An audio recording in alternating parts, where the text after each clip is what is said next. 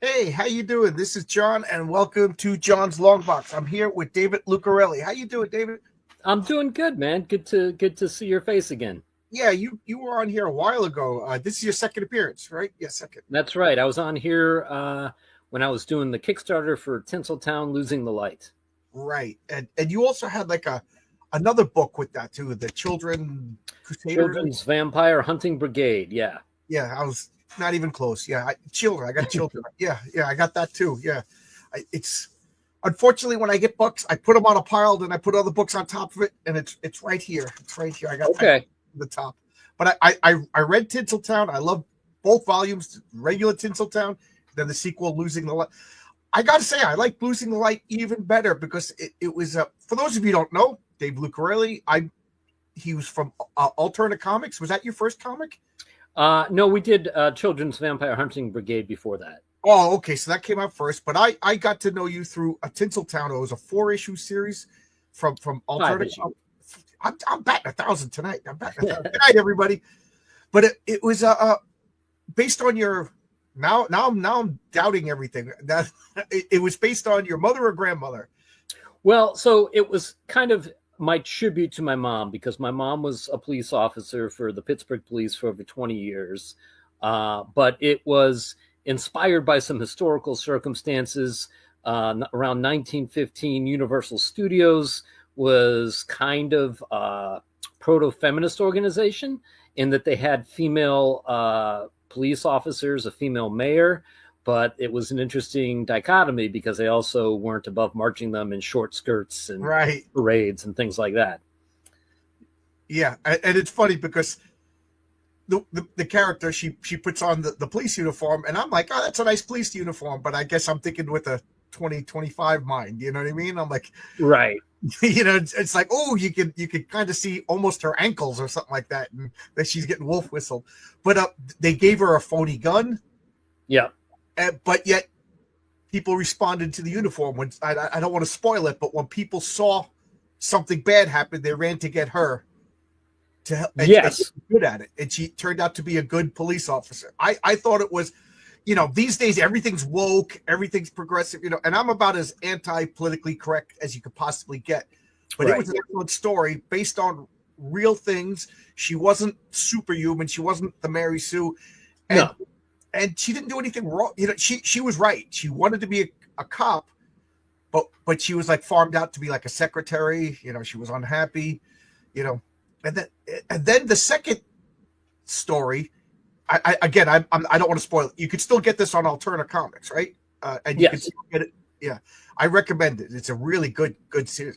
Then the second series, they go off into Mexico, and it's like a whole, like you kind of. I never understood like why we got into World War I and then Tinseltown 2. You gave me a good reason why it was necessary. Yeah. Well, the twist reveal at the very end of Tinseltown 2 is historically accurate. Right? It's, Yeah, I yeah. appreciate it. Yeah. Well, you got to sell the public on the idea. Yeah. I don't know. I think if there were sexy cops in real life dressed in like bathing suits, I think people would commit petty crimes just to get frisked. So I don't know. Maybe so. I don't think it would stop crime. Hey Yeah. Emily, how you doing? How you doing? And I've said this to you directly to your face. I said this on Twitter, and I say this to anybody who brings up Tinseltown. In a healthy comic book industry, Tinseltown would be the toast of the town. It would be celebrated. Well, People would be talking about it. It would be nominated. Again, I don't want to bring up politics, but like comic books is kind of left wing. And your comic, Tinseltown, does what the left wing, or at least comic books, pretends to celebrate. But I think they just have a problem with alternate comics, so it was kind of ignored. But yeah. I mean, I do I'm trying dream to be of a as world. tiptoey as possible around the politics. I do dream of a world in which we could be judged by the content of our comic books. Right? But unfortunately, that's not always the case. Yeah. I will say, it's interesting because I have some conservative friends and some conservative fans of the book. And I think, I mean, I'm just projecting here maybe, but I kind of feel what they get out of it is that Abigail, the female police officer in mind, and her boyfriend, Dan O'Leary. They're kind of each other's rocks, and they kind of lean on each other in this very unmoored, decadent, indulgent, amoral world of Hollywood. They kind of lean on each other and keep each other together and keep each other sane. And I think that maybe kind of appeals to some people that come to the book from a more conservative perspective. Well, I bought it because I'm an Alterna fanboy, so I just got everything from Alterna, and I would rather be. And I was pleasantly surprised. Abigail to me was like a well-written, enjoyable character that I sympathized with. Well, thank you, man. Yeah. She didn't do any, like, a lot of the times, like they replace like strong girl boss with just an insufferable woman. You know what I mean? Like she was sympathetic. She knew what she wanted to do. She loved her dad. Her dad, was a cop. You know what I mean? And we've all been stuck in a job that we didn't like. I read a statistic. 85% of Americans hate their job. Mm-hmm.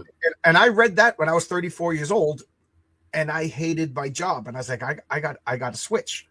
What were you doing when you were 34? I was a public school teacher. Oh, okay. What did you teach? I was 30 years old, and okay. And it took me about 2 years. Now I'm a construction worker. I didn't plan on being I just planned on not being a public school teacher anymore. I applied for every post office, cop, court officer. I mean, I was too old to be a cop or whatever. I applied for every possible thing, and I took a electrical test. Oh my God, was that the toughest test? I came out of the test going, I bombed that. Turned out I did really well on it, enough that they called me really quick because they went by numerical scores. I was like, oh my God. So like within a year of mentally quitting my job, you hear that term, people mentally. Yeah. And now I forget how old I was, like 34, 32, I was the apprentice. And it was right when that movie, the 40-year-old version came out. So everybody was calling I worked on that one. Yeah. Oh, you did. Yeah. Everybody was calling me the 40-year-old apprentice. It was just funny. They were photoshopping my face on the poster and hanging it up. Now, let me ask you this, because I'm the son of, my mom was a police officer, but my dad was a teacher. What did you hate so much about teaching? Again, I told you earlier that I am the most unpolitically correct person you could ever meet. Yeah. Brutally so. I won't compromise. Like I've lost friends because I'm just like, dude, I'm not apologizing for what I think. Like, I'll be your friend, but if you can't handle this, then I don't know what to do. I don't respond well to emotional blackmail kind of thing. Mm-hmm. So, but like one of the things, the kids were fine. The parents were the parents. It was in a real bad school district. Okay. And the very first time a kid, he wasn't doing his homework. Yeah. So I tried everything. I was nice to him. First off, I did the biggest mistake in the world. I tried to be the cool teacher, and that took me till Christmas to fix that mistake. So my second year, I came out strong and then eased up as the year went along. But I had one kid, he just wouldn't do his homework. So I finally called his parents. So I've been a teacher for 3 years. This is the first time I'm calling a parent. Yeah. And the next day I'm in the principal's office, and the principal says to me, so-and-so's parents just called. They said that you're harassing him. No, that you're harassing us, that you're calling them during dinner time. And I said, this was the first time I've ever called a parent. Yeah. You got me? I'll never do it again. Like, everything you do is wrong. Like, now, what level were you teaching and what subjects? This was third grade in a public school, so you teach everything. Okay. And that's another thing is I have a degree in Roman history. I wanted to be a college professor, but they weren't hiring Roman professors I literally went to all the community colleges because I didn't, I had enough to teach at community college level, but they weren't hiring. Everybody was they were overdone. Like, we got more history professors waiting up, getting a phone call. So I went to a job fair and I walked in. They were like, "Oh, you're a male who could teach third grade?" I was like, "I could teach Roman." You're hired. So like that's how they were for teachers. Right. So see, that's interesting because my dad had a PhD in medieval history. Right. Oh, I would love talking to your dad. Yeah. His emphasis was on the Canterbury Tales and the Arthurian legends. and with like a minor in Shakespeare. And his dream was to teach that kind of stuff in a small liberal arts college somewhere where people really valued and cared about all that stuff. Jacket with the patch on the elbow and a pipe, just like exactly. He couldn't find that to save his life, so he ended up teaching primarily at a community college. And if you become an English teacher, it's because you love reading great, well-written literature. He loves Dickens. And then you end up reading hundreds of papers poorly written by people that don't care at all about the stuff that you're trying to teach them. And so, he kind of achieved your dream of teaching at the community college, and he hated it. So maybe that'll make you feel better.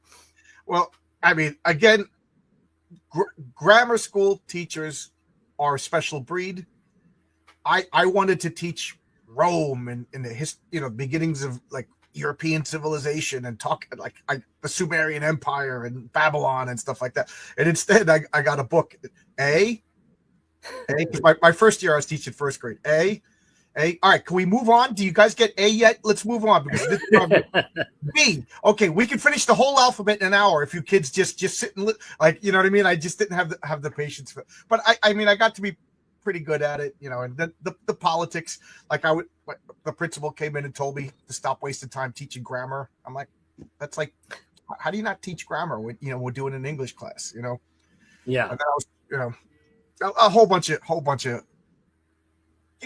bad politics. I remember once they had the Stanford University. I called them the Stepford Wives. They all came, and the principal guided them away from my classroom. I wasn't in the hallway, but one of the other teachers said that you could see her like physically, like nothing to see here. yeah. But my classroom was all the way the last classroom on the left, and they like made it. And they walk in. It was a third grade class, and I had rows, and I was the only male teacher in the school. The kids used to call me, "It's the boy teacher. I have the boy teacher." And on one wall it was all essays, writing, and on one wall was all math. I mean, yeah. So this was the math wall. This was the writing, and then I had the blackboard over here. And the kids were just quiet as can be, and we were doing our work. And one of the teachers was like, "Can I take pictures of this?" And they were taking pictures of our essays. Yeah. She goes, "What grade is this?" And I said, "This is third grade." She goes, "I thought this was a fifth grade classroom by these essays." Thank God they didn't go to the math, but by the essay, So she right in front of the class, she goes, "What do you do? Like, how do you get the kids to write this well?" I said, "Well, I take everything from the Stanford University and the Columbia University Teachers College. I put it all here on my desk, and then I throw it in the garbage, and I teach what the nuns taught me back in Catholic school." And they all in unison went, "You can't do that." And I said, "You thought this was a fifth grade classroom, and now you're telling me," I said, "Does it matter which method we use to teach?" And then she goes, "Why aren't these kids in cooperative units?" So I said, "Ask the kids." So luckily she picked the perfect kid, and she went right to this girl, and she goes, "Do you like sitting by yourself, isolated and alone?" Like she fed her, you know what I mean, leading the witness, like. And the girl goes, "No, he stabs me with the pencil. I have my own space, and nobody bothers me." Like, so they all just like walked away shaking their heads.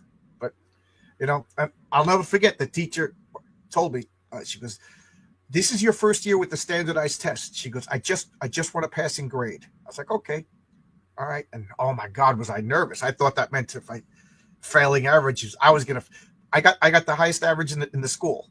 Wow. You know what I mean? And she said, "That's good for a start." I was like, but it was like, I just remembered the nuns, I just taught like the nuns taught me, like. Now, did the nuns rap you on your knuckles with the ruler if you tried to write with your left hand, if you're left-handed? No, that's what they did to my dad. I was, believe it or not, I was too young for that. Believe it or not, I was too young for something. But there was a couple of kids older than me, and my friends older, because we went to the Catholic school. They said they remember being tied. Oof. And my wife says she remembers in Canada. So they did it longer in Canada because she's left-handed. But my wife had beautiful handwriting, like she should be, I don't know. I was gonna say handwriting models. Like, does that even exist in the world? But like her handwriting. But her grandfather used to make her practice handwriting. Oh, wow. That was big in her family. But it's a lost art. Kids today can barely like sign their names. Could you write script now? I can. I don't, but I could. I tried to write out like you know, we both, you and I do the same thing. We both write scripts for comics, but neither one of us draw, right? You don't draw. Right. I do not draw. Right. So I tried to write out my outlines, and my hands started hurting. Mm. I was like, like it's been so long since I did anything except type, you know. And then I realized I wrote a whole page, and then I'm like, I can't even read what I just wrote. So yeah, my handwriting's pretty terrible. Yeah. I somehow still have the blister that you develop from holding the pen, though, even though I barely write. But that's not, like, I was teaching kids like the kids were like picking up their pencils like this and writing.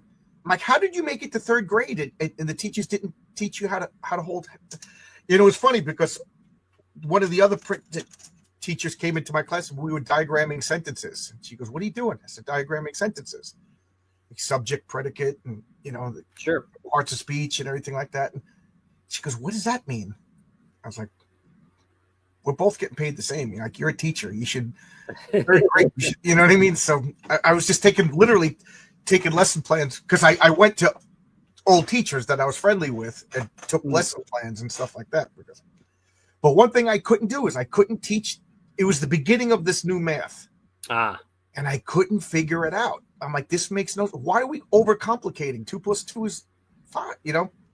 2 + 2 is 5. See how good I am? There you go. Yeah. You haven't lost a step. All that complicated math. But you know what I mean? Like, it was all like roundabout. So like my class, they could do math.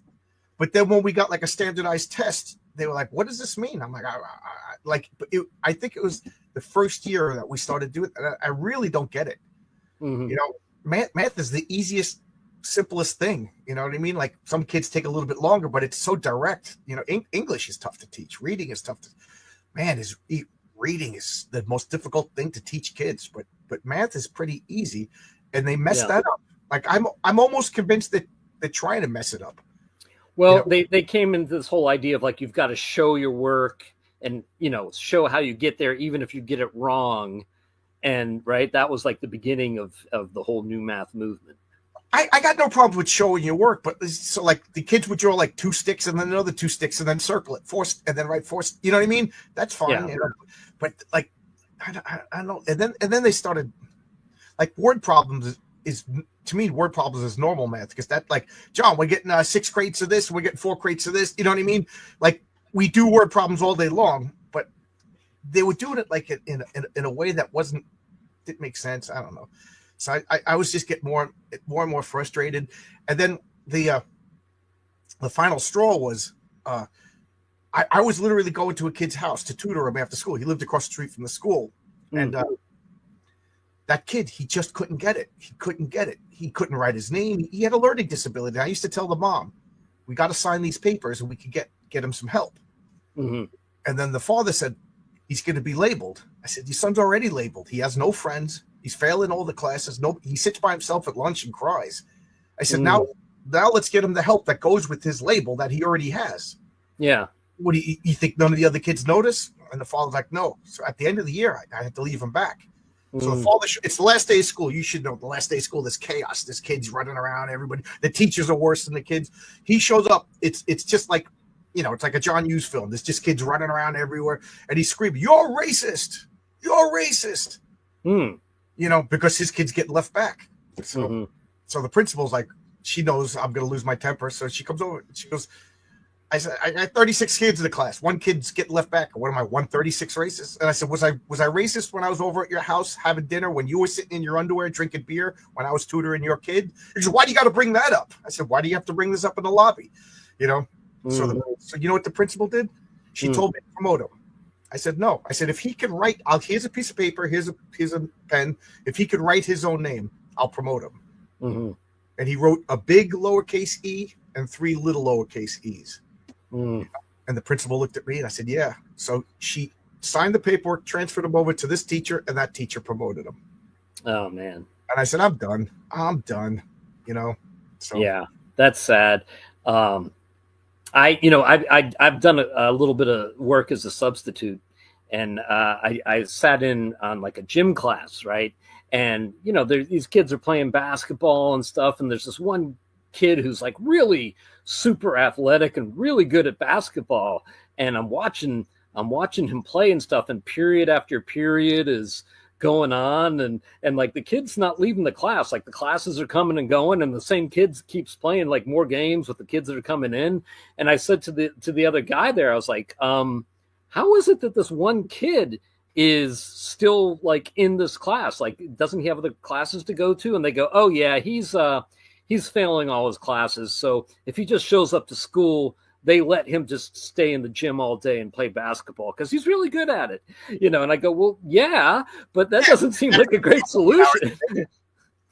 Yeah, give me 8 hours a day for a year to do something. I'll get pretty good at it. Yeah, but that's the way the schools are, Yeah, That's the way that, this, like, just don't bother me, kid. Just sit in the back, read a comic book. Don't bother me, and yeah.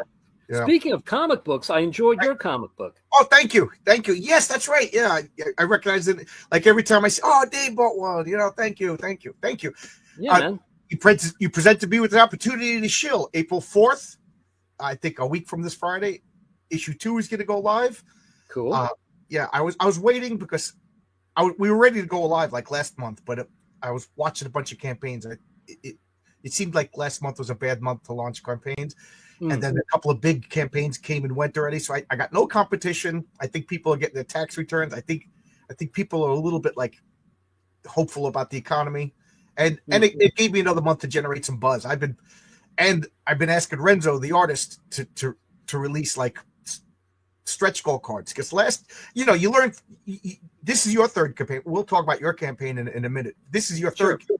I'm sure there's things that you do now that you wouldn't do on your first campaign, right? Like, you learn something every time you do a campaign. Sure.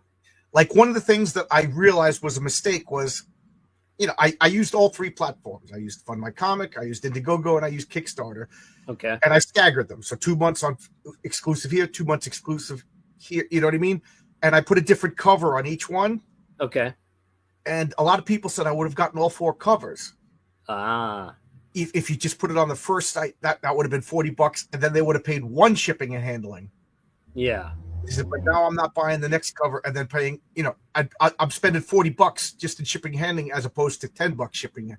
Yeah, that makes sense. Now let me ask you, how did your campaigns all do relative to each other? I'm very curious. I kicked ass on Fund My Comic. I did almost $7,000. I'm a first time. A lot of people came out and said, I like you. Your comic looks great, but so many campaigns don't deliver. I can't buy your comic. And I'm like, what am I going to do? I promise it'll come out. We all say that. So I said, okay. I said, but if I'll deliver, I delivered. I was 3 weeks late, but I delivered. And now those people say I'm in on issue 2. So I'm hoping. Cool. Yeah. So I did 7,000 on Fund My Comic, and I recommend Fund My Comic. Luke Stone is the man. He gives you his phone number. I made a mistake in the book. I set up my Stripe account wrong, so I don't know where the money was going to go. And he fixed it. He fixed everything for. I'm yelling and screaming like at him because that's what kind of lunatic I am. And he's like the coolest cucumber. He's like, it's okay, John. You know what I mean? And he still answers my phone calls. So what a good guy. You don't get that on Indiegogo or Kickstarter. Then I went to Kickstarter, and I think I did maybe just over another 1,000 on Kickstarter. Okay. And then on Indiegogo, I did about $400. And Indiegogo for me was the most difficult and unintuitive of the platforms. So I'm done with Indiegogo. I mean, I don't even know if I was shadow banned on Indiegogo, but Kickstarter was I can't turn away $1,000. I'm not that's so I'm going to do Fund My Comic probably like 2 or 3 months. And then I'm going to do a mirror campaign on Kickstarter, like nothing different, because I don't want to shoot myself in the foot. Because I know there's some people who will only be on Kickstarter. You know what I mean? And I know that there's some people who will only be on Fund My Comic. And for the small amount of people on Indiegogo, I'm sorry, Indiegogo guys, to me, it was a little bit more trouble than it was worth. They'll find you. Now George Bonnie's asking, well, I assume issue 1 will be available too from the second campaign. Yes. I overprinted because I was just at a threshold. And I'm sure Dave can tell you, anybody who's did a Kickstarter, it's economies of scale. Sure. You know what I mean? The more comics you print, the more per comic, the cheaper it'll be. So I was just like, all right, I'm going to overprint. I was going to overprint anyway because comics are going to get damaged. People are going to be like, "Oh, I didn't know about the campaign," or "That looked good. You actually delivered," which did happen. So I overprinted more than I planned on it just to get a better rate. Yeah. So yes, long answer to a short question. Yes, issue 1 will be available, and we're building the campaign now. The other thing I learned is I put 4 covers, and I hired legends like Pat Broderick and Michael T. Gilbert and Mike Gustovich to do covers. They ain't cheap. Yeah. And the poor Michael Gustovich I only released on the Indiegogo, so nobody bought it because people like, I already bought your comics. So I have plenty of the Michael, Gustovich covers. So I'm gonna make a bundle deal. Okay. I got. Oh, and the other mistake that I did was I didn't show the art to the stretch goal cards until they actually got released. Now I'm showing them, and people are like, that is so cool. What one guy saw one of my characters, goes, I'm getting that tattooed. That is awesome. I'm like, what if he's a jerk in the comics? Wait till the comic comes out. Maybe he's a guy you won't like. Now, are you doing any appearances at cons? I didn't do any yet because I didn't have any material. I got the comic in November. I don't know if you know, but in July I was in a car accident and I broke my neck, so I was out of work. No, I was out of work for months, and I used up all my time off, vacation time, disability time. So I went back to work, and I can't take any time off. You know what I mean? Until the next year. So unless there's weekend comic conventions around here, like Vaughn Coleman. I don't know if you know Vaughn Coleman.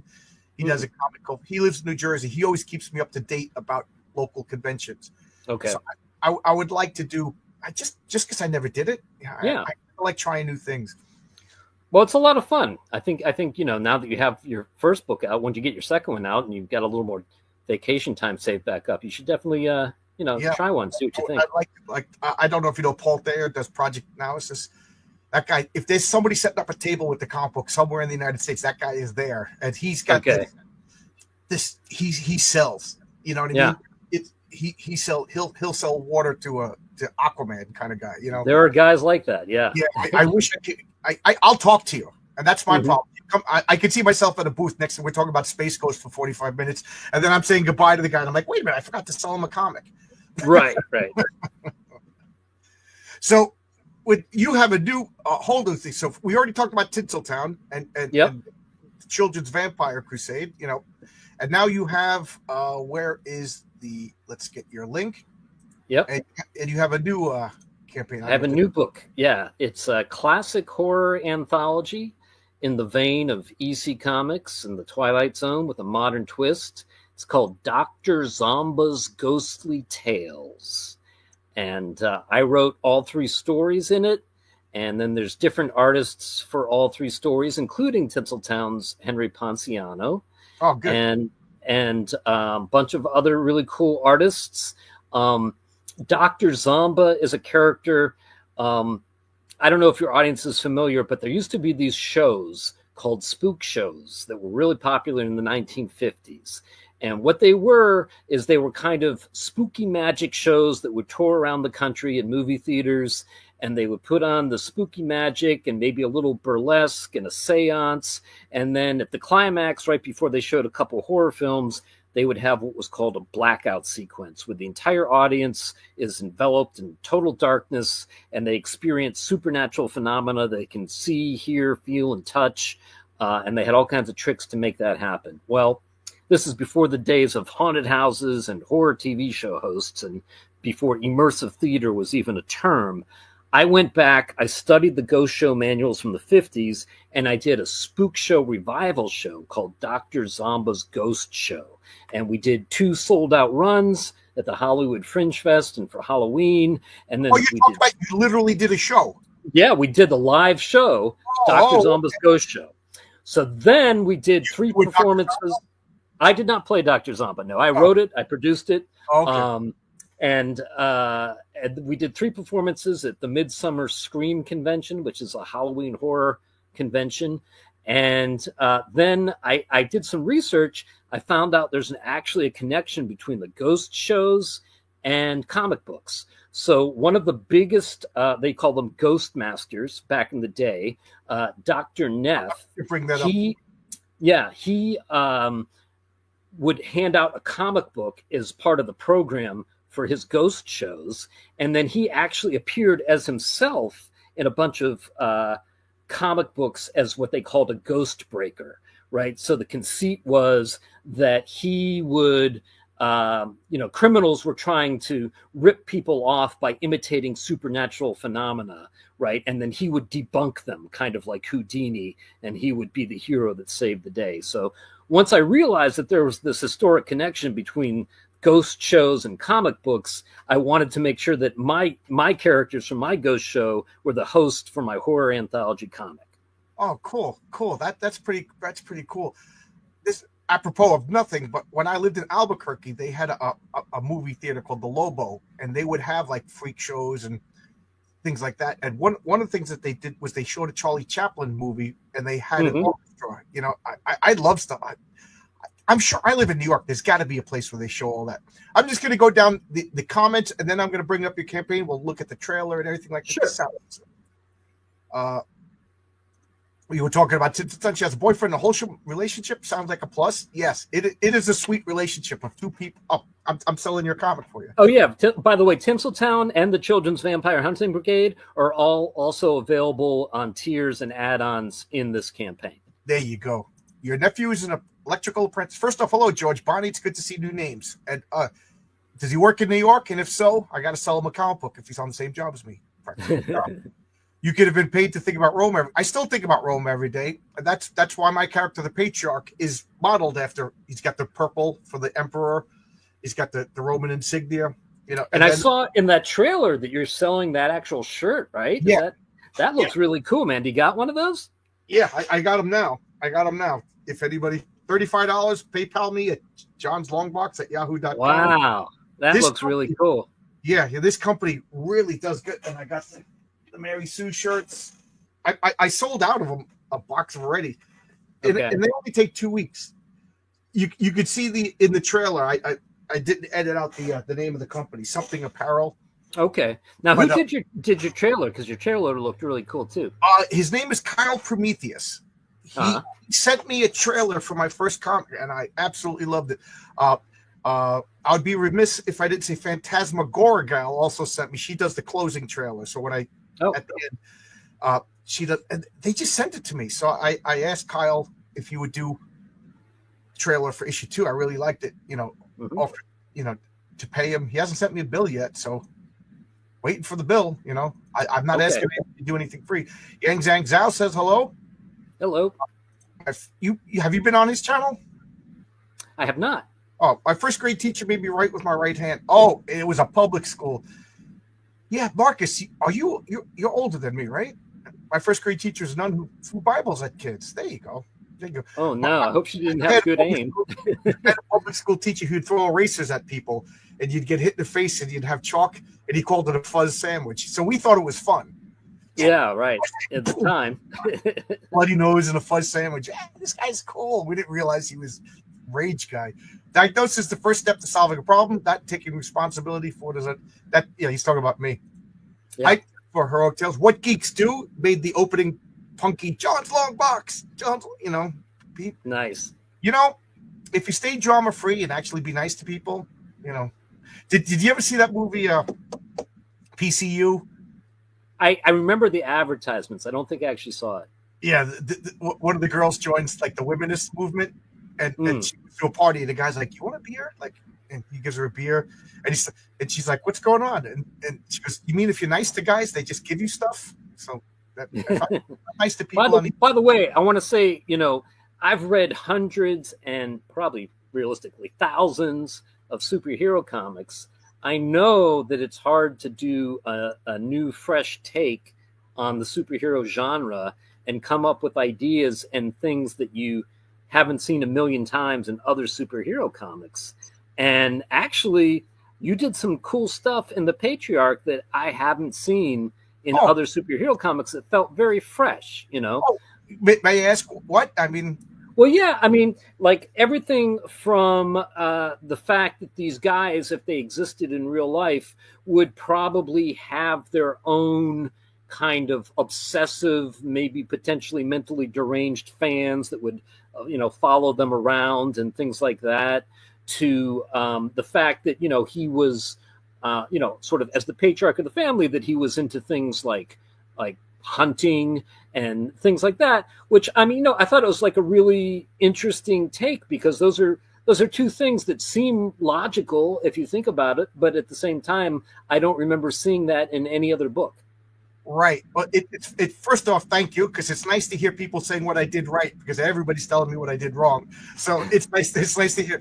But that hunting sequence, spoilers if anybody didn't read my comic, he swoops down and grabs an elk and brings it home for his family. That was the most controversial thing. In the second story, there was a panel that I almost cut out of the book because I thought it would. Ron Mosicki drew it exactly like I asked him to draw, but sometimes you don't realize how disturbing something is until you see it in front of your face. And I almost killed the story because nobody complained about that, but people complained about killing the deer. And I'm like, well, I lived out in Albuquerque. I was in bars literally where guys would come in with an elk. That's what inspired it. Bring it to the bar, and that was their tab for the season. Well, okay. You know what I mean? So outside of New York or the big cities, people still hunt, ladies and gentlemen. And I eat meat and I know where it comes from. So right, like I would starve to death in a wheat field. If you put me in a bunny hatch with a knife, I'd probably be petting all the animals until I starved to death. I don't know how to procure my own food. Yeah. But I'm not the manly man that the patriarch is, and there's reasons why his family is off the grid. Bruce Wayne doesn't explain who he is to everybody because he's got secrets. Just imagine he had 7 kids. True. And a wife that's scarred. You know what I mean? I didn't really explain that the first issue. And yes, I the spin on the Lois Lane character, the reporter that's kind of obsessed with him, that she's got a story too that's probably be told in issue 2 or 3. Okay. Because if this campaign does good, the patriarch's getting his own issue, his own comic. So Heroic Tales will be a rotating cast of characters and the patriarch. They don't only managed to hit 1 kid, not a great average. Well, not if you're that 1 kid. So we were talking about, somebody said something about ghosts. Spooky. Yes.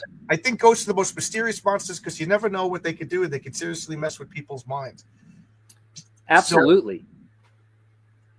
So, do you have rules? Like, I know this campaign, is this more humorous or is this like traditional horror? Well, so the introductions to each story are kind of campy and humorous in the sense of like, Tales from the Crypt or Svengoolie or something like that. But the stories themselves are actually played very straight horror. But it's hard to sell an anthology because you can't tell the story premises for everything. Right. But if you play the trailer, I think that's probably the best way to give people an idea of what it's about.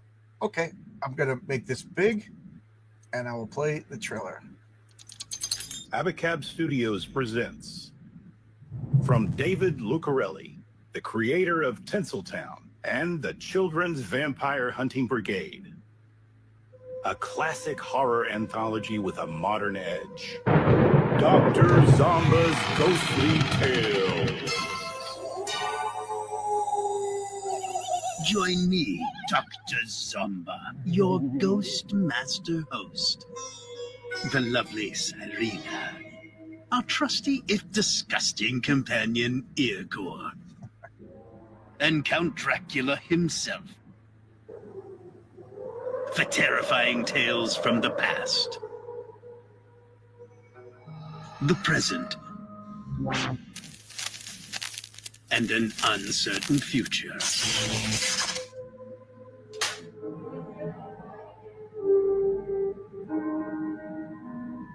In the tradition of EC Comics and the Twilight Zone,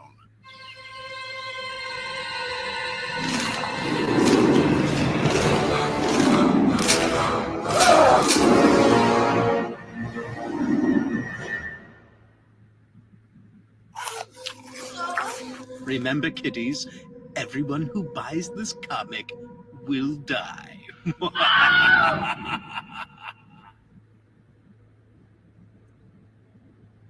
Yeah, so that's the trailer. Now, wouldn't it be funny if you put poison in the ink, and they literally did die. Well, spoiler alert, everybody who doesn't buy the comic will also die too. Oh, okay. Because all right, so I might as well buy it then. I might as well. Yeah. You got nothing to lose. Yeah. So, do you mind if we look down at? No, by all means. Yeah. First off, I have to notice it ain't a comic book unless there's a hot redhead in it. Ladies and gentlemen, I don't make the rules. That's just the way comic books are designed. You got to have a hot redhead. That's right. And we Yep. got my first Infinity cover there. Irigor's holding an issue. Oh my God, yeah. You're gonna incept us all. Yeah. So this is Dr. Zomba. That's Dr. Zomba juggling some skulls. And then that's the artist for the first story, which is called Ghosted, which sort of takes place inside the world of pickup artists. And that is illustrated by Anna, let me not massacre her last name. I want to say it's Visacek. yeah, She's I always say like Polish. pronounceable. Yeah. Yeah. But I she's really like this art style. This is like really, really cool. It almost looks like alcohol ads, you know? It's just yeah. She's got a really cool, almost fever dream like, but somewhat manga influenced style. She did a story for an anthology called Nightmare Theater, and I reached out to her, especially because this is kind of like a fairly sexually not explicit, but like in the world of the pickup artists, they're trying to get laid all the time. So I wanted to have like some feminine energy in there too, and have it be a female artist. Okay. Oh, a female pickup artist? No, it's a male pickup artist, but he's going out and seducing females. Okay, I was gonna say, man, if I was in college and I knew there was a female pickup artist, I would pretend to not be interested. Just meet Serena. There we go, hot redhead. Irina, yeah. Now you'll get to see if you go down a little bit later. Her real name, the actress that plays her in the show, is Tamara Torres, and she's a very attractive young woman that you'll get a chance to see what she looks like in real life as we continue on here. Okay, this is the same artist from Tinseltown, right? No, that is Kyle Roberts, the same guy who did the cover. We'll get to Henry's art too. Okay, I'm just striking out left and right today. Yeah, that's Henry right there. Well, different colorist then, because this you know who this reminds me of? It reminds me of Matt Wagner. Doing page. The coloring really like gives it like a texture that I didn't expect from because Tinseltown has a more traditional comic book coloring. Well, what's great about Henry is that he can really switch up his styles, right? I mean, the style that he did Children's Vampire Hunting Brigade is different than the style of Tinseltown and different than the style here. This is his color, him coloring himself here. I really like this. It's different. Yeah, definitely different than Tinseltown. If you told me it was a different artist, I would have believed you. Interesting. Yeah. Yeah. Now this third one here, the story is called The Ghost in the Machine. It has to do with AI, as you can see on the screen there. The artist for this one is a guy named Brandon Perlow. And in addition to being an artist, he's also a comic book publisher. He has a company, New Paradigm Studios, and they've published books like Werewolves and Watson and Holmes. But he also, his day job is he works in the VFX industry. Okay. So he's like a super smart, super talented guy who's definitely got his finger on the pulse of the latest technology. So I figured he was the perfect person to illustrate a story that kind of takes place in the near future and where man is trying to redefine his relationship to technology. Cool. Now again, this is an anthology with different stories. Different. Do you give them all the scripts to let them pick, or did you like, your style would be perfect for this? It was more of the latter. Yeah, I specifically chose the artists. I mean, I love working with Henry, but this was also an opportunity for me to branch out and work with a few new artists as well. This cover here, this is a variant cover, obviously kind of an EC pastiche tribute, and this one is done by Henry as well. Yeah, I like that cover. Can't go wrong with a little bit of cheekiness, Right, that's the risque version. Now here, you can see the pictures of the actual actors that played the roles in Dr. Zomba's Ghost Show. Oh, so okay. That's Dr. Zomba up top. That's David M. Beach, Tamara Torres, played Cyrena. Care Lordigan played Irgor, and Robert Reynoso, there on the right, was Dracula. Okay, cool. I like that. That looks like it would have been fun. And only 3 shows? Well, no, so far we've performed 13 shows, and fingers crossed, I'm negotiating with somebody right now. We might be bringing it back for a run of 3 more shows this summer. Oh, cool. That looks like this is my first not safe for work comic right here. That's the I learned with crowdfunding a little bit of skin. I upped the skin content in issue 2. Did you? I ran it by my wife, and my wife's going to Bible studies and everything, and she said, "Oh, that's nice because it's suggestive rather than explicit." So, well, here's the thing. I would never do a not safe for work cover for say Tinseltown, right? Because to me, I have too much respect for the character. It's based on your mom, David. It's based on my mom. But here's what's funny. Not too many people know this. So we occasionally do like some pinups in Tinseltown, and we did one that was kind of a parody of like Miami Vice, and we called it Vice Nights, right? And so it was like Abby and Dan as if they had appeared in an 80s style Miami Vice like TV show. And the first thing it was like, actually it was a mashup between like Baywatch and Miami Vice. So we called it Vice Nights. And the first thing that Henry gave me, I feel like you really channeled Dave Stevens. And it was this total like cheesecake picture of Abby. And I was like, that's great. It's beautiful art. And the world's never going to see it because I don't want to put that out. Oh man, Dave, you had me at Dave Stevens. You got to DM me that. I won't share it with anybody. I love Dave Stevens. He all right.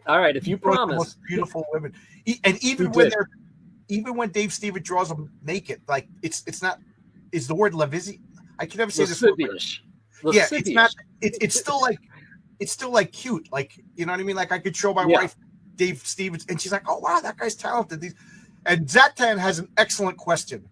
Does it count as showing skin if she doesn't have any skin? Good point. Well, to that, I will only say it ain't no sin if you take off your skin and dance in your bones. Drown in your bones. Yeah. It's funny that's a Tom Waits song sung by Edgar Allan Burroughs, right? And I think it's like an old novelty song because it was actually one of the songs that we use to introduce the show, the Dr. Zomba show. Oh, okay. It's on a Tom Waits album, I think what's his name? The guy who wrote Naked Lunch actually sings it. Oh, David Lynch or Burroughs. Burroughs, yeah, William Burroughs. And I based a D&D campaign on that. My players were resting in the woods, and stereotypical gypsy family in the caravan showed up and nursed their wounds and healed them all, and then they all started dancing and then they literally they were stripping down, and it was funny because my friends, bunch of guys, and like they're all getting undressed, and they're like, "Oh, we got to get out of here." It's never good. It's never good when people get naked, and then they all started taking off their skin, and there were skeletons and attacked them. It was fun. Nice. I like stories based on songs. Definitely. And here's where you can get this. Marcus is reminding me that you're pitching a comic, World at War Comics. Hey man, I was on his show. That was a good time. Thank you for having me on. He's great. I was on his show too. He's a lot of fun. Good. I could have talked to him for hours. Oh, definitely. Early bird. Yep. Now, unfortunately, the early bird perks are all gone, so you can't get that anymore. But that was for like the first 60 bucks. Excuse me. Yeah. A free ghost. You get a free ghost inside, and you get that. Now you get it early if you were an early bird, but you get it inside every issue, digital or physical. And if you're wondering how that happens, you're just gonna have to, back the Kickstarter to find out. Yeah, you open up the box, and the lights. You're doomed. Oh, little did they know that you're also a witch doctor. Yep. And there's a little bit closer up pictures. There's Cyrena. Irgor.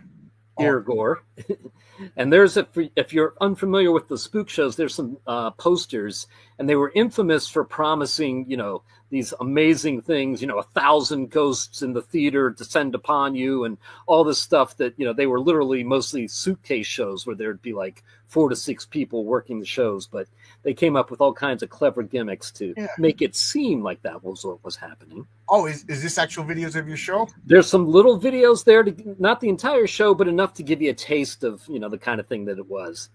And you don't do any acting? What's funny is I did a little bit of acting like in middle school and high school. I was in a play with Billy Porter. I don't know if you guys know, he's like a big Broadway star. He was in Kinky Boots or whatever. I mean, like, he's like seriously this amazing star. And he played Fagin in a production of Oliver when I was in middle school that I had a small role in. And even back then he was like, light years above us. But yeah, I think very rarely, like, I think actors are born with it. Yeah. I think for the most part, musicians are born with it. Like, very rare, like, I'm not born with any musical talent.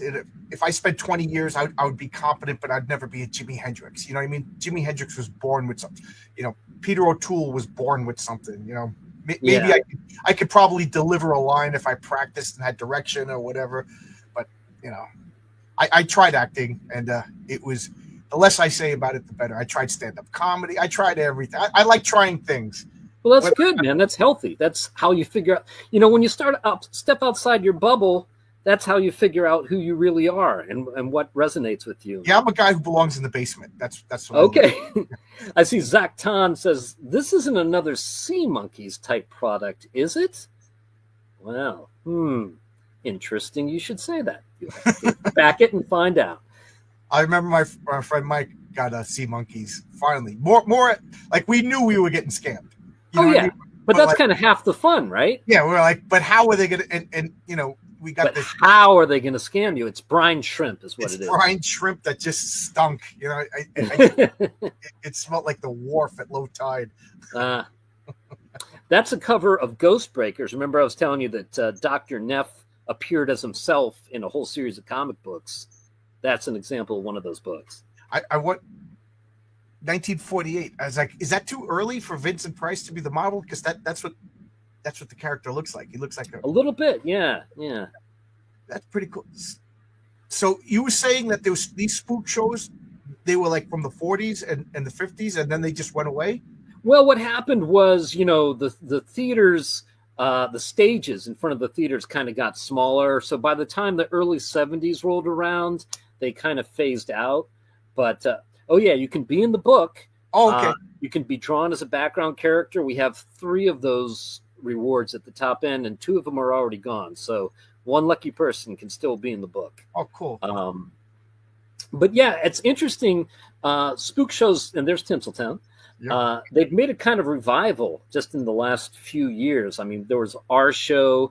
I know there's a couple other shows that are being produced around the country. And then this past Halloween, there was one down in downtown Los Angeles that was done by magician Rob Zabrecki that I went to. He came to my show. I went to his show, and it was very cool.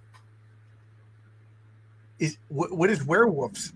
So werewolves, remember I was saying Brandon Perlow, the guy that is illustrating the Ghost in the Machine story, his company, New Paradigm Studios, this is a book that he put out, and he said, hey, Dave, I'll be happy to attach werewolves to this because it's also kind of a spooky horror book. It's a little bit more YA, but anyhow, so yeah, you can get it actually at a discounted price, $2 cheaper than the cover price, and autographed by Brandon and the author of the book through this campaign. I got to ask because the more I talk and the more you learn about yourself through conversation, believe it or not. But I learned that I hesitate to say OCD because I've never been diagnosed, but like I'm starting to recognize I have, like, one of my big things is continuity. Now, This is an anthology. Or is each story its own world? Like, or like the ghosts apply in every story? Ghosts is there's definitely a ghost in the first story. I mean, they're not all technically ghost stories, but they're all spooky horror stories to some degree or another. And there's no overlap between the worlds of the stories. The connective tissue is Dr. Zamba and the rest of the characters from the Ghost show introducing every story. Okay, because I'm starting to realize that I had like I forget who I was talking to. I think it was Mike Barron, and he was saying like monster stories are great, but you have to be consistent with the monster. Like if he goes, you could break the rules of vampires. Like Twilight was his example. Like, but that was their rules for vampires. And Yeah. Then, Harry Potter had these rules for magic or whatever. So I was just wondering about that. Like, I'm making another comic called Eddie is Doomed. Mm-hmm. And it's about a kid who collects. Well, he's a 35-year-old guy who collects comic books. Okay. His whole life, he's the slogan was "We are all Eddie." Which he's just he's us. He goes to the comic book store, and his life is so easy. He the first job he got, he walked down to the supermarket, got a job, and that's the job he's stuck with. Now his dad's retiring. It's time to. He's moving to Florida. He's got to get his own place, and he's devastated. He goes to the comic book store and he finds out that the comic books company, Top Comics, is changing the continuity to get rid of the Golden Age and Silver Age. It's Crisis on Infinite Earths. So he's doing. Anyway, I couldn't make that comic. I was like, it's such a good idea but how can I tie it into Heroic Tales? And I finally found one way to connect it. Okay. That you know what I mean? So I was just wondering if your stories, like, did you bend over backwards to make? But not at all. And I want to talk about you're a musician and you made music too. Yeah. So before I started making comic books, I've played in bands my whole life since high school.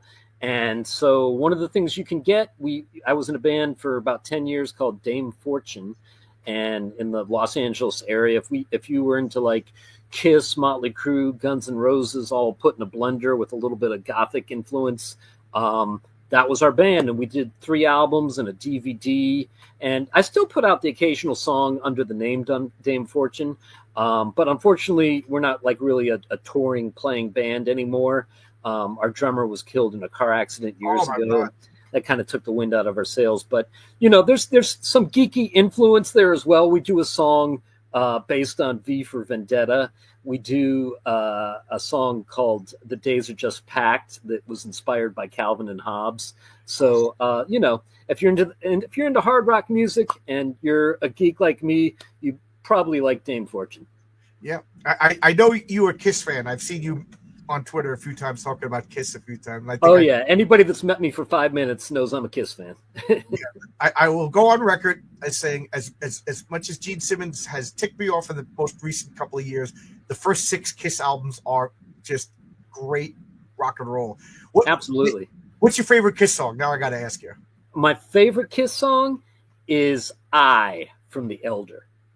Oh my God. I did not expect anybody not only to reference The Elder, that's like the album that shall not be named, but to actually have a favorite from that. I think that was the first Kiss album I didn't buy, and I still don't have. Yeah. It's funny that you say that, because being a comic book guy, right?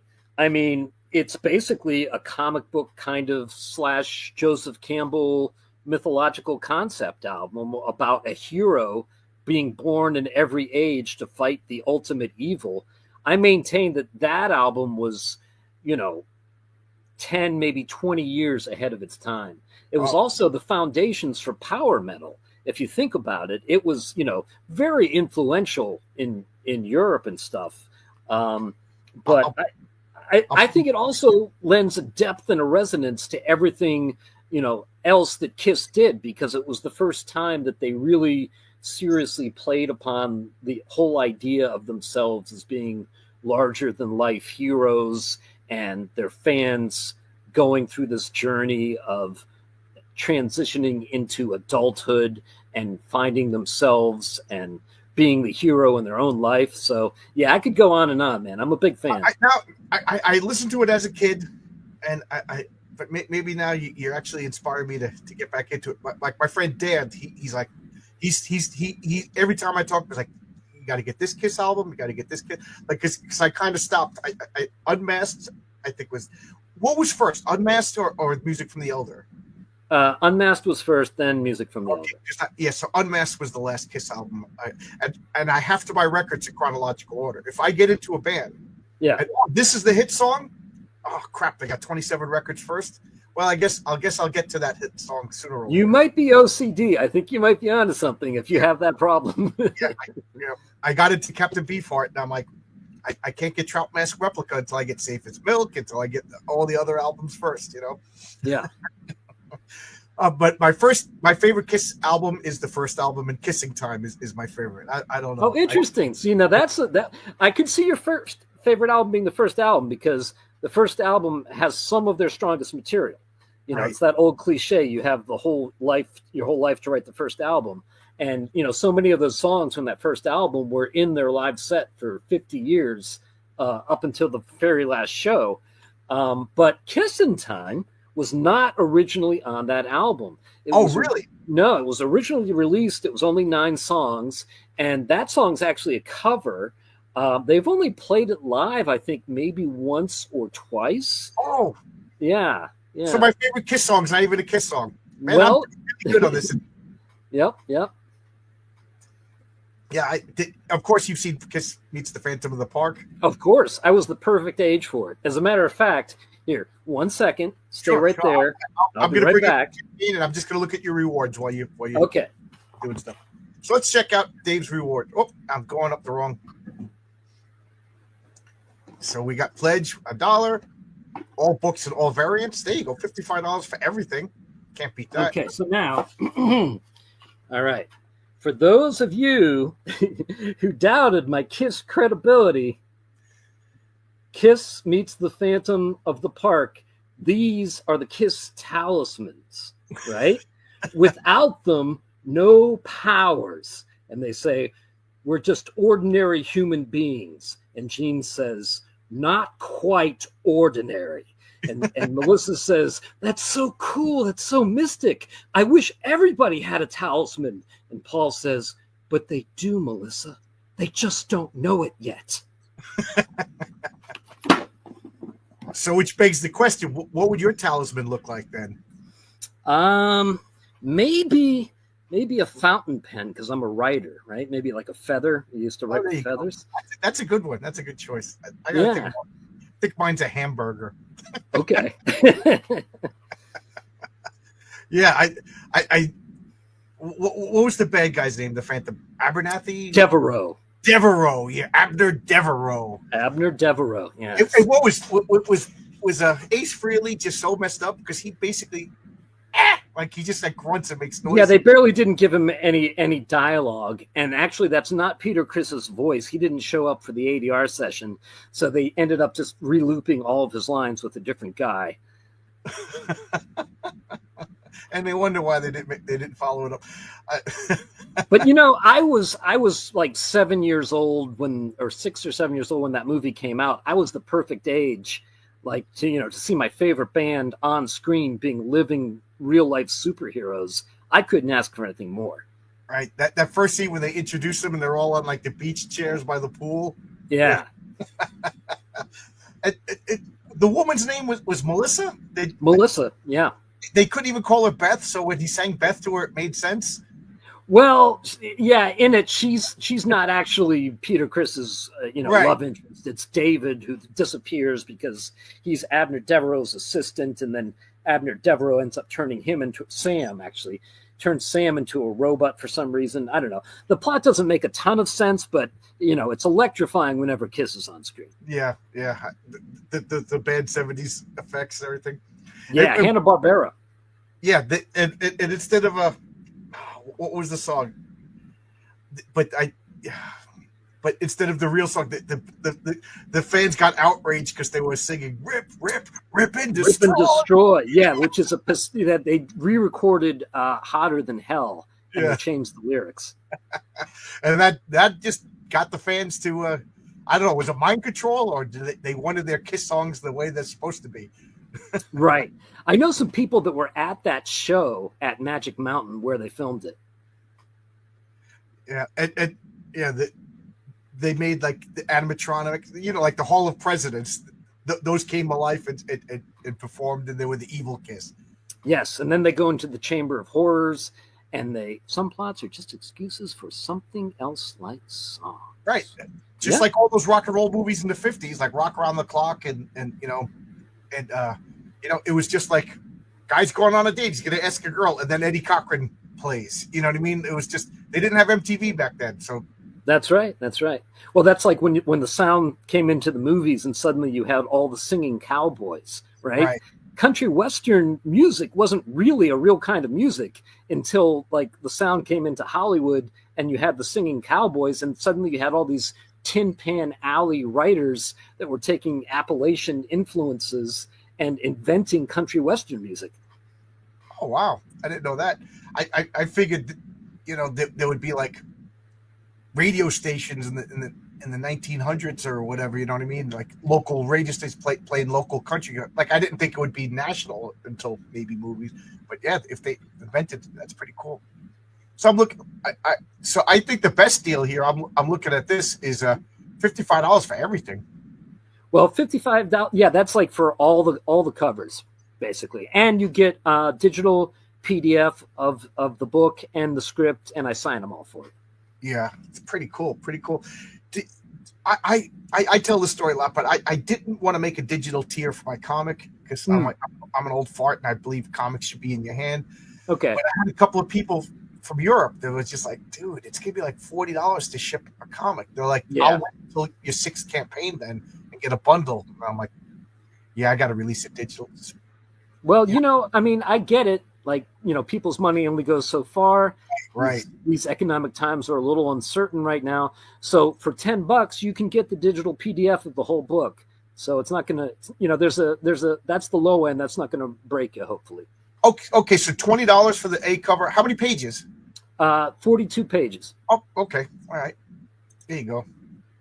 All right. Okay. 3 different covers. And yeah, then the not safe for work cover is a little bit more expensive, but you know I had to pay Henry, so. Okay, cool. I'm digging all this. I really like your writing. Oh, thank you, man. You know, I made no secret about how much I like Tinseltown and how much I think like the mainstream press should be talking about it. You know, it's everything they pretend to champion, like a female-centric story who, you know, and it was real, you know what I mean? It wasn't ghosts or monsters or space aliens. And I just thought it was like so human and touching. Again, I could rave about Tinseltown. And I, as much as I like Tinseltown, I like the second one better because I love that.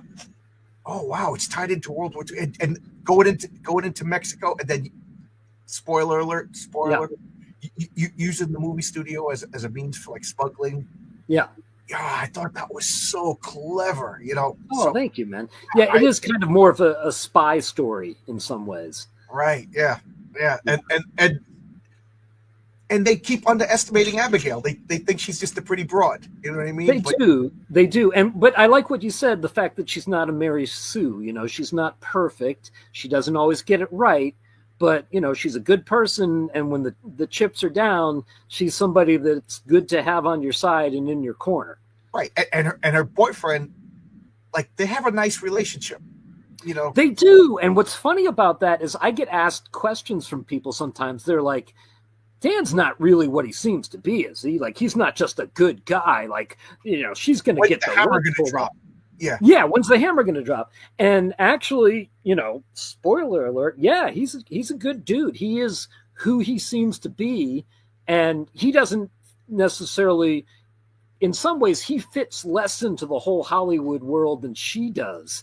And so they kind of help each other navigate that, you know, because he doesn't have a background. He's not particularly well educated or knowledgeable about culture, you know, and art and things like that.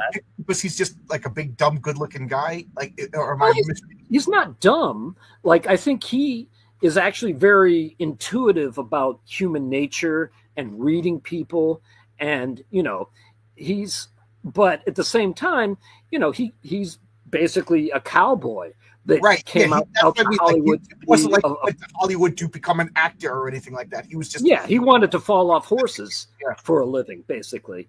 Yeah. And you know, the cliche is he's a real cowboy who came to Hollywood to become a fake one, and she's a fake cop who became a real one in Hollywood. Right. And, you know, it's funny because that's one of the things I say in my comic, Heroic Tales, is the patriarch James Kelly, his real name is his wife is Marissa. They love each other. He's not sleeping around. Yeah. You know, to him, the perfect day. Like, this guy could fly. He's got superpowers and stuff. But to him, the best day in the world would be home with the wife and kids, fixing the tractor or you know, milking the cow and everything like that. Right. You know, he Well, would. I mean, to But- some extent, it's probably a reflection of me. You know, I mean, I live in Hollywood, California, but I'm also been married to the same woman for 17 years. And, you know, we're not having subaquatic satanic orgies every Friday. I mean, it's like every other Friday. So Maybe if you did that, Marvel would pick up Tinseltown maybe, yeah. or Netflix or whatever. Yeah. It's funny because spoiler for my comic that we would talk about this. Places where strange things happen, and we could all agree, like DC and Hollywood, there's reasons why that, you know, maybe around issue 7 you'll start to see, okay. There's I was talking with Paul Ricochet today actually about doing a page or two for my comic. You know, he did the building designs for Mr. X, which is a big influence on my comic. And I love Mr. X. Yeah, we talked That's about a great series. conspiracy theories. I said you don't get it from issue 1, but it's all conspiracy theories. Oh, interesting. Very interesting. So is he still doing Mr. X, or? He designed Mr. X, made the characters, made the city, and then the Gilbert and Jamie Hernandez took it. And I don't think, and then later on he drew it. So he designed it, and I think because he's been on my channel and I just gushed about Mr. X so much, and then he said like a more lucrative job came up and he couldn't turn it down. Okay. You know, It's funny you mentioned Mike Barron too. I'm a huge fan of the Badger. Oh yeah. And I think the Badger #1 is like one of my all-time like perfect, like if I had to give somebody an example of just a perfect issue 1 superhero comic, it would be the Badger. Yeah, I read Nexus and I read the Badger as they came out. Geez, 40 years ago. So I'm rereading Nexus because Mike just brought back Nexus, and I'm man, it's like so good, and it's so different, you know. And then the same guy wrote Punisher, you know, and now you know it's just so cool. Paul Ricochet is black-pilled. Yeah, Paul Ricochet is Mr. Conspiracy. Like I love conspiracy theories.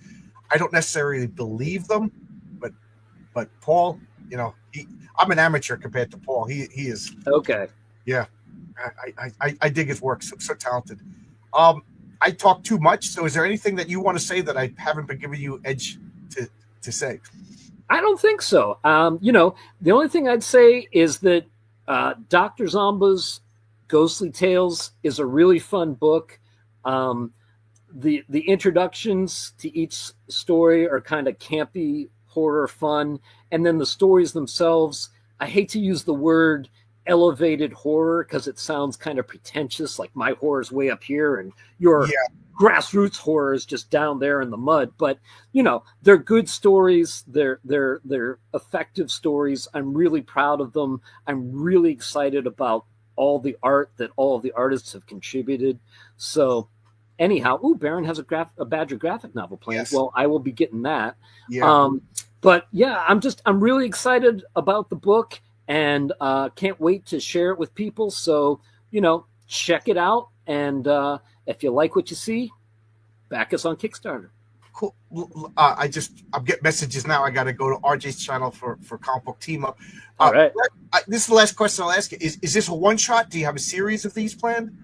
Well, you know, it's funny you say that. After this, my plan is to do some more Tinseltown, and then as a way to cleanse the palate, if this one's successful, I would love to tell some more stories and some more ghostly tales with different artists in the realm of Dr. Zomba again.